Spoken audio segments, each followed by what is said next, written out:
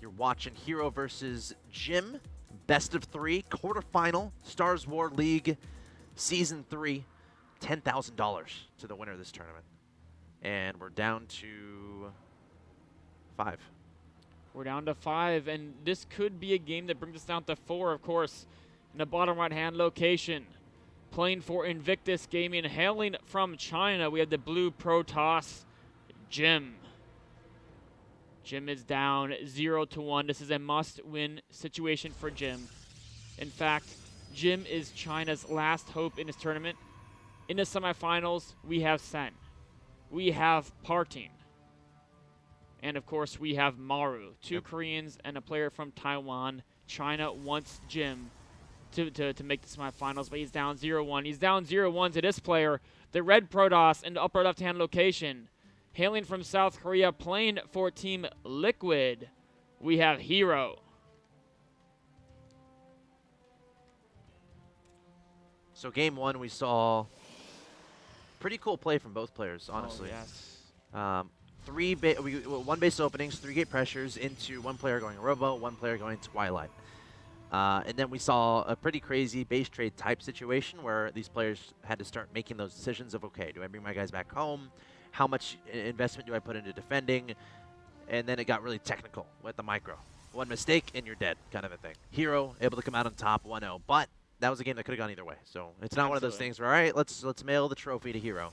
And, you know, Jim actually, I think his control looked slightly better than Hero's that game, but it was just the decision to try to go up the ramp and not go back to protect his base, because when his Stalkers were in the middle of the map, right after he killed the Nexus, right when he killed the Nexus, he could have gotten back, and with Blink, probably shortly after the Stalkers would have gone there. And he would have lost a couple probes, but then cleaned up all 7 Stalkers and would have been in a great position. But he wanted to get the kill there. He thought Hero was weak, but Hero had great force fields to buy enough time to get the Immortals out. Now, this game, Jim is doing something very differently. He says, you know what, my control is my strong suit. He's opened up a 10 gateway. So yes, he's down by 2 probes. But look at he's already getting Warp Gate. The Psycore is not even done. It's still about 20 seconds or 15 seconds from completion for Hero. So we're going to see a very aggressive Warp Gate attack coming in from Jim off the back of an early gateway. I like this. And I think this is playing to his strong suit. If he gets into Stalker duels early, which he can force by doing this, yes, he's taking an economic hit. But his control is so good. The question is, will he maintain his insane micro level, and will he be able to get the warp he needs? And kind of unfortunate for Jim, Hero's getting a very early sentry.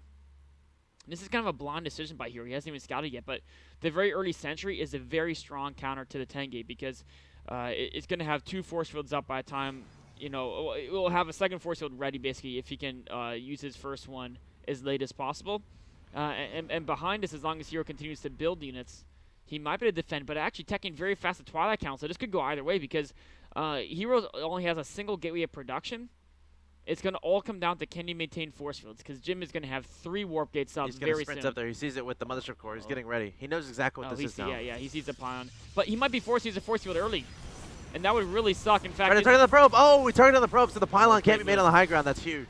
But he is forced to use the force field before the warp in. That's actually another big difference. So both players getting a win. Hero taking out the probe.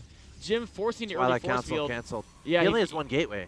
Yeah, he's adding 2 more. I think this is looking great for Jim right now. He doesn't have a sentry. How is he going to get a sentry out? He's not even getting. Now he's trying to build a Stalker. This sentry. See, look how this sentry does not have a second force field. Yeah. If you use the first force field right now, when the warp-in Stalkers come in, then you have the second force field. But because he didn't have any probes waiting off the ramp, he had nothing to receive this out. I think the pylon. Oh, the that's warp gate's not going to finish. Gate. That could be huge. Oh my God, trying to chrono boost. Oh my God. And Jim knew that. He saw that warp gate was complete. He saw it was going. He knew to target that pylon. That's great moves by Jim. Huge. That might be a game-winning kickoff of that pylon. I mean, at this point. Oh, he got repowered. Yeah, and it finished up. Yeah, it's gonna finish up. Still pretty huge though. And Jim's realized that too, so he's going for the kills here now. Photon Overcharge will probably force Jim back, but he's just getting some unit trades in the meantime. Might even go for some probes here, actually. Getting a Mothership Core is big. Getting a Sentry as well. Now he's probably going to back up. No, he's going to go for more Stalkers, actually. Another Mothership Core in production here from Hero. He's trying to make this work, and at this point, I think Photon Overcharge is about to go away. It's definitely running low. There it goes. It's away, and Jim continues to warp in more reinforcements. Probes are trying to defend, but at this point, even if Hero pushes him back, he's lost enough probes. Jim is probably ahead in economy, and there's no sign of stopping. More and more pressure from Jim. Probes are going down just by the dozens. There's only a few probes. The Mothership Core actually almost goes down instantly. More Stalkers coming in for Jim to reinforce. It's 6-on-3, twice the supply for Jim.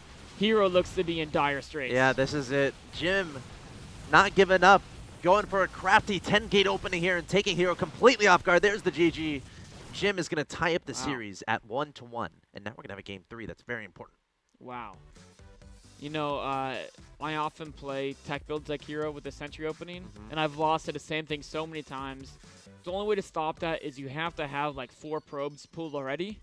So when they push with Zealot Stalker, your Zealot Sentry can defend with 4 probes, and you don't have to use the force field. You keep the Stalker away with those 4 probes. And then you have 2 force fields, and by the time those are up, you can warp in more. But Jim really, I think he did that build because he's been noticing, at least in the last game, Hero never got a Sentry the whole game. Well, he eventually did, but for the first like 3 minutes of the opening, and he's like, well, if he's going normal 3-gate, but if I can hit this timing, when I've got 20-second faster warp gate, I'll have more units.